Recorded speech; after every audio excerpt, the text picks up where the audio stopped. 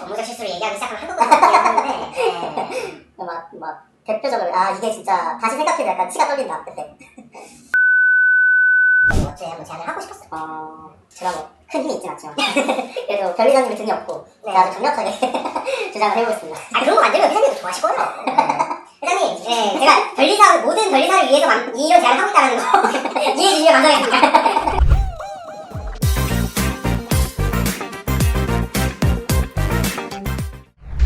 안녕하세요, 코커스키입니다.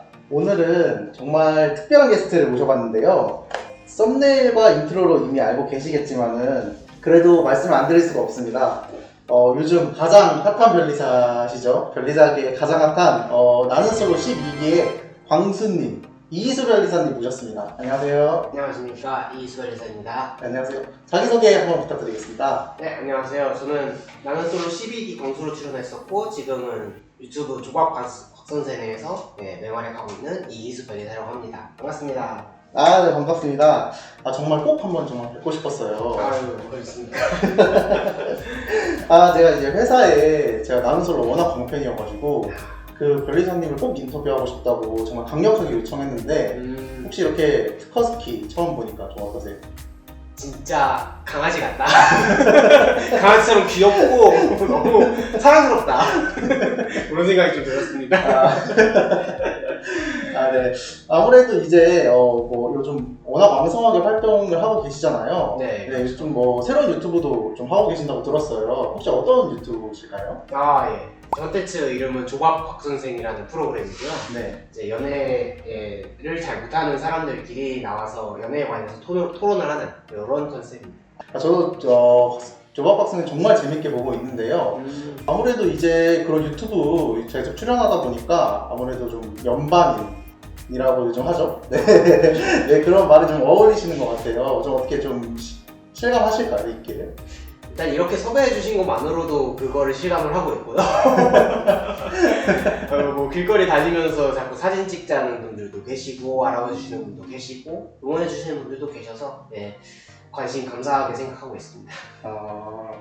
아무래도 이제 그 나는 솔로 출연하기 전에는 그냥 일반인이셨죠? 네, 그렇죠. 일반적인 이제 변리사셨는데 아무래도 이렇게 방송 출연이나 나는 솔로를 이제 출연하기까지 좀 결정하는데 좀 쉽지는 않으셨을 것 같아요. 좀 어떻게 좀 결정하셨을까요? 제가 특허법인 하나에 지금 다니고 있는데 거기 직원들, 이제 변리사들이 나는 솔로를 되게 좋아하거든요. 그래서 나는 솔로 얘기가 이제 자연스럽게 나오다 보니까 저에게 솔로면은 한번 신청해봐라 이렇게 제안을 해줘가지고 이렇게 신청을 하게 됐습니다. 딱 결정하셨을 때 좀 주위의 반응은 좀 어떠셨어요? 일단 출연 확정됐을 때는 다들 잘해봐라였죠. 다들 잘해봐라였고 저희 대표님까지 와서 이제 아낌없는 조언을 해주고 가셨는데 죄송합니다. 제가 그 조언을 잘 새겨 들었다면 더 좋은 결과가 있었겠지만 아쉽습니다.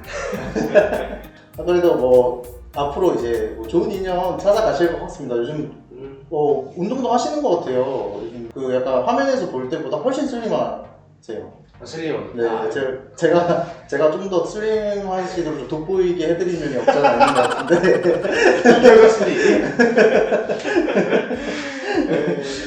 사실 제가 이제 나는 솔로 워낙 광팬이어가지고 사실 나는 솔로 이야기만으로도 사실 몇 시간이고 변리사님과 얘기를 할 수 있을 것 같은데 그래도 아무래도 이제 워낙 좀 나는 솔로 출연하신 지 좀 됐고 워낙 많은 이제 컨텐츠 이제 뭐 인터뷰도 하셨고 하셔가지고 오늘은 조금 다른 쪽으로 좀 질문을 드려볼까 합니다. 네, 좋습니다.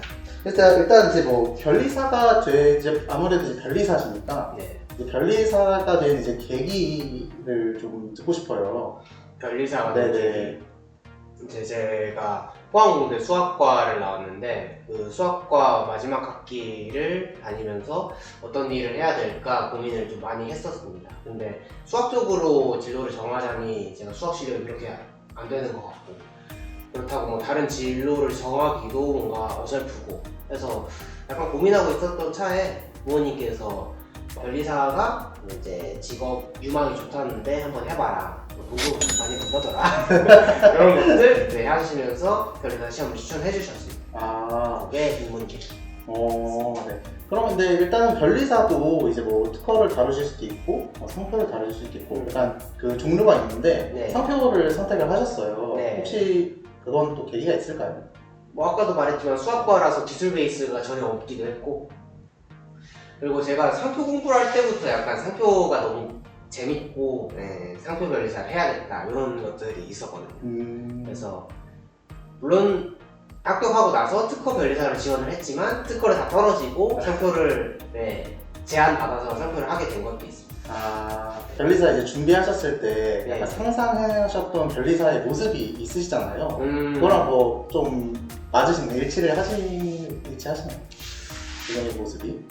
저는 지금 그렇게 가려고 노력하고 있거든요. 그러니까 제가 생각하는 그런 이상형? 변리사로서 이상형이라고 그러면은 좀 잘 모르는 제도잖아요. 어떻게 보면 상표나 그렇죠. 특허나 이런 것들은 그런 것들을 대중들한테 많이 알림으로써 이제 법을 모르는 사람들이 피해받지 않도록 하는 게 변리사의 목표라고 저는 생각을 하는데, 그런 기회들을 좀 이렇게 많이 받고 있어서 그런 식의 노력을 많이 해 나가고 있는 중이에요. 그러면은 혹시 평소에 뭐 하시는 업무가 어떻게 되실까요? 이제 저희 회사는 서비스가 아무래도 좀 특허에 좀 특화되어 있다 보니까 상표 관련 변리사분들은 평소에 좀 어떻게 이 업무를 보시는지 좀 궁금하긴 합니다. 네. 일단 상표 변리사들 같은 경우에는 주된 업무가 출원이랑 뭐 다 비슷하게 출원 의견서, 그다음에 등록 절차 이런 것들이죠. 이제 그리고 심판을 좀 특허보다 많이 하는 것 같아요. 그러니까 짜잘짜잘하게 많이 한다. 이렇게 생각하시면 될 것 같고, 그 외에는 이의 신청이 좀 큰 영역이라고 보면 될 것 같습니다. 이의 신청이라고 한다면 좀 어떤 영역일까요? 사실 이의 신청이 준심판급이거든요. 네. 그러니까 상표 쪽에서는 심판만큼이나 제일 중요한 사건 중에 하나가 이의 신청이라고 저는 생각을 합니다. 왜냐하면 심판 가기 전에 상표를 확실하게 절단 낼 수 있는 제도기도 하고, 그게 그래서 심판급으로 좀 많이 품이 든다고 말씀드릴 수 있겠네요. 요즘 최근에 뭐 하셨던 업무 뭐 기억에 남는 뭐 사례 이런 게 있을까요? 뭐 심판이라든지 뭐 이의 신청이라든지. 옛날에 했던 것 중에 그 컴퓨터 회사에서 네. 그 컴퓨터 관련 유튜버, IT 유튜버 상표를 도용했던 걸 이제 상표 출원을 했다 하더라고요. 그래서 그거를 가지고 이제 이의 신청하면서 이 상표는 등록되면 안 된다. 그게 이제 제 첫 이의 신청 사건이었어요. 그게 좀 기억이 나요. 첫 이의 신청 사건이라 좀 기억에 남으시나 보네요. 네, 맞습니다. 그러면은 첫 사건은 그렇게 기억에 남으신다면 혹시 기억에 남으시는 약간 업무적 실수 이런 건 있으실까요? 업무적 실수를 얘기하기 시작하면 한국부터 기억이 하는데 막 대표적으로 이게 진짜 다시 생각해도 약간 치가 떨린다 그때. 제가 그 수신인을 잘못 쓰는 경우가 종종 있더라고요. 그 메일 쓸 때 해외 대리인한테 처음에 해외 대리인한테 메일을 보내잖아요. 네네. 근데 그거를 잘못 써가지고 어디였더라? 인도네시아 대리인에게 보내야 되는데 뭐 베트남 대리인에게 보냈다 이런 일이 한 번 있었고. 네. 변리사님의 약간 인간적인 모습을 볼 수 있었습니다. 상대방분은 그렇게 생각하셨으면 좋겠네요. 변리사 힘드니까, 변리사가 힘들고 바쁘니까 저런 실수도 할 수 있지 이러면서 좀 너그러이 이해해 주셨으면. 그렇죠. 뭐 메일 주소 틀리는 실수는 사실 누구나 할 수 있는 거니까요. 저도 종종 하긴 하는데, 저도 많이 혼나긴 하는데 그런 걸로 버스키가 메일 보내는 건 좀 이상하긴 하는데. 강아지가 이렇게 하시면서 누구 네. 그러면은 변리사님 그러면 이제 상표 업무 하시면서 약간 어려웠던, 약간 좀 고충 이런 거는 있으실까요? 이런 점이 좀 불편하다 뭐 이런 거 업무적으로. 솔직히 상표 검색 툴들 보고 있으면은 그냥 정보 나열식 정도의 검색 툴들이 많거든요. 그러니까 어떤 상표에 대해서 뭐 손해상표 검색을 한다 그러면은 상표들을 쭉 나열해주면서 예를 들면 A라는 문구가 들어가 있다 그러면 A 상표가 포함된 상표들을 이렇게 쭉 나열해주는 그런 것들이 이제 툴의 검색 방식인데 보통 사실 워트 형이랑 처음 이제 인터뷰하려고 했을 때부터 제가 그 생각을 좀 해봤어요. 어떻게 그 검색 툴을 개선할 수 있는 방법이 있을까 해서 생각을 했던 게 그 같은 상표 구성 요소가 있더라도 이게 등록된 상표가 있고 거절된 상표가 있단 말이에요. 그래서 그거를 이제 등록률, 등록 확률, 거절 확률 이런 것들을 좀 이제 구체적으로 볼 수 있는 기능이 있으면 좋겠다. 왜냐면 상표는 그 완전 빅데이터잖아요. 어떻게 보면 특허만큼이나 빅데이터인데 그런 빅데이터를 정리하는 건 사실 쉽거든요. 그러니까 상표 자체가 보정되지 않기 때문에 등록 여부랑 거절 여부를 볼 수 있는 게 확실히 빠르니까. 네. 그래서 뭐 그런 등록률, 거절률을 같이 일목요연하게 정리할 수 있으면 좋겠다. 제 툴로 그런 거 한번 생각해봤습니다. 그러니까 이제 등록률, 거절률이라고 한다면은 이제 어떤 범위에서의 이제 등록률 약간 이런 거가 있는 건가요? 예를 들어서 그림이 포함되는 경우도 있고, 네. 근데 이제 뭐 이렇게 이름을 냈을 때 뭐 등록 받을 확률이 높다, 약간 뭐 이런 식을 말씀하시는 건가요? 아니 과거에 등록된 사례를 이제 검토를 해달라는 거죠. 그러니까 지금 등록된 상표 중에 예를 들면 뭐 여기 액티오라고 액토라고 되어 있네요. 네. 액토라는 문구가 포함된 상표가 있으면은 뭐 액토 A, 액토 B 이런 식으로 상표들이 있을 거잖아요. 네. 그런 액토 포함 상표들이 등록된 상표가 얼마나 있는지, 거절된 상표가 얼마나 있는지. 그러니까 선행상표 조사할 때마다 그게 제일 고민이었거든요. 이거 등록률을 얼마로 줘야 되나. 그래서 제가 그전에는 확률이나 이런 퍼센트를 좀 얘기를 하다가 퍼센트까지 쓰는 건 좀 고객도 알아듣기 힘들 것 같다. 그래서 그냥 가능성 있다 아니면 가능성 낮다 이렇게만 안내를 했었거든요. 근데 AI 검색이나 이런 게 요즘에 활발하게 진행되고 있으니까 그런 툴들이 좀 있으면은 상표 변리사들이 뭐 등록 가능성을 검토할 때 그런 게 좀 도움이 되지 않을까 그런 생각을 좀 해봤습니다. 보통 이제 특허 같은 경우에는 네. 그 청구항으로 많이 이제 싸우게 되잖아요. 심사관이 보정을 요구하는 부분도 청구항이 될 때가 많고요. 네. 네, 근데 이제 상표 같은 경우에는 혹시 그러면은 거절 사유 이런 거는 그냥 그 이름에 대한 부분이 많을까요? 그러니까 특허의 청구항에 대응되는 게 상표는 상품이라고 생각하면 돼요. 상품이요? 예. 그래서 어떤 상표가 어떤 상품에 관해서 뭐 선행 상표랑 유사하다 뭐 이런 식으로 거절 이유가 지적되는 경우가 많거든요. 그래서 그게 일부 상품이면 그냥 삭제 보정하는 식으로 대응을 하기도 하는데 이제 그런 것들이 특허랑 좀 다른 점이다. 말씀드릴 수 있습니다. 아무래도 이제 키워트는 이제 막 출원이랑 이제 등록 간에 청구항의 이제 그 변화를 비교해주는 차이보기라는 기능이 있거든요.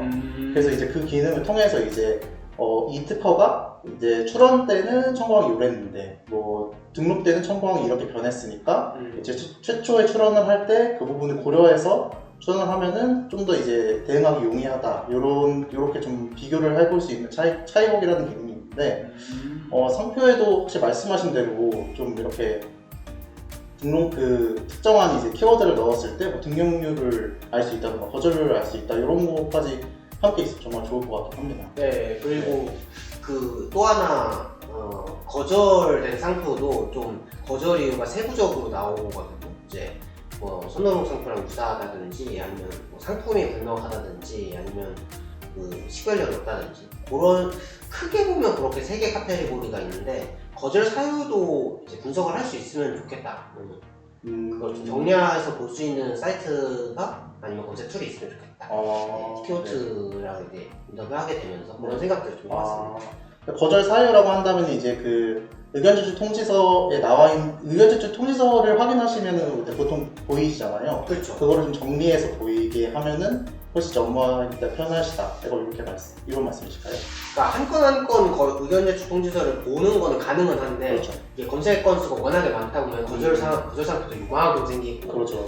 그게 거절 이유가 지적됐으나 등록된 상표도 요만큼 있고 네, 그렇잖아요. 그걸 일일이 보기는 힘들죠.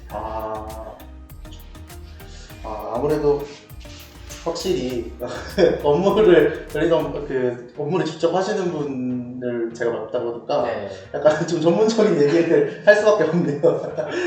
뭐 제가 키워트가 이제 나중에 뭐 상표 관련 서비스가 나올지 안 나올지는 모르겠는데 확실히 만약에 나오게 된다면은 변리사님 의견 적극 반영해서 네, 만들면 좋을 것 같습니다.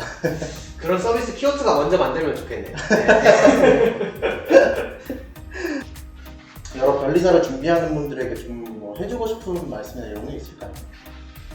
변리사를 준비하는 분들한테는 엉덩이 바짝 붙이고 시험 공부 열심히 하시면 합격은 진짜로 온다. 그런 말씀 드릴 수 있을 것 같고 실제로 업무하시는 분들, 이제 전연차 변리사, 전연차 변리사라고 해야 되나? 그런 분들께는 있는 회사에서 시키는 거 잘 하시다 보면 사실 상표가 특허도 그런데 상표도 많이 두다 보면은 이게 익숙해지는 게 있거든요. 그리고 그게 그러니까 특허랑 상표랑 업무 스타일이 많이 다르다라고 말씀드릴 수 있을 것 같아요. 그러니까 제가 느끼기에는 특허는 한 건 한 건을 진득하게 오래 붙잡고 있는 그런 변리사들이라면 상표는 빨리 내 손에서 건을 떠나보내는 게 일의 핵심인 변리사거든요. 다양한 건을 이제 빨리빨리 해줘야 되는 직업을 하고 있으니까. 그러다 보니까 사실 실수도 많이 나오고 그런 변리사도 있는 거고 저도 약간 그런 이유고. 그런데 두다 보면 그 실수할 확률이 줄어들 거고 그렇게 되다 보면 이제 상표 변리사로서 좀 더 가치 있는 일을 더 많이 할 수 있지 않을까 그런 말씀 드리고 싶습니다. 저희가 이제 변리사 되시는 분들 위해 막 응원도 나가고 그랬거든요. 아 그래요? 되게 좋은 일 하셨네요. 그분들을 이제 1차 시험장을 저희가 응원해 봤는데 그분들 전부 다 2차 시험장에서 좀 뵐 수 있으면 좋겠다 약간 이런 마음을 좀 나와들었거든요. 네. 바람직하게는 변리사 합격 박람회에서 뵙는 것도 괜찮겠다. 네. 그런 마음이 있네. 네, 거기까지 이제 갈 수 있으면 또 좋은 반려견이 되실 수 있겠네요. 그렇죠. 아니 제가 또 제 약간 본분을 망각해서 문제입니다. 제가 자꾸 사람 주변에 있다 보니까 사람 같아요. 확실히 아무래도 이제 제 주변에서 이제 특허 업무 하시는 분들만 이제 그 피드백을 듣다가 변리사님께 들으니까 약간 좀 새롭게 다가오고 좀 약간 식견이 좀 넓어지는 것 같아요. 감사합니다. 이상형 이런 게. 이상형? 네, 뭐 난솔로에서 듣기는 했는데 혹시 뭐 더 추가됐다거나 아니면 최근에 좀 추가된 게 저보다 좀 더 쉽지 않은데요.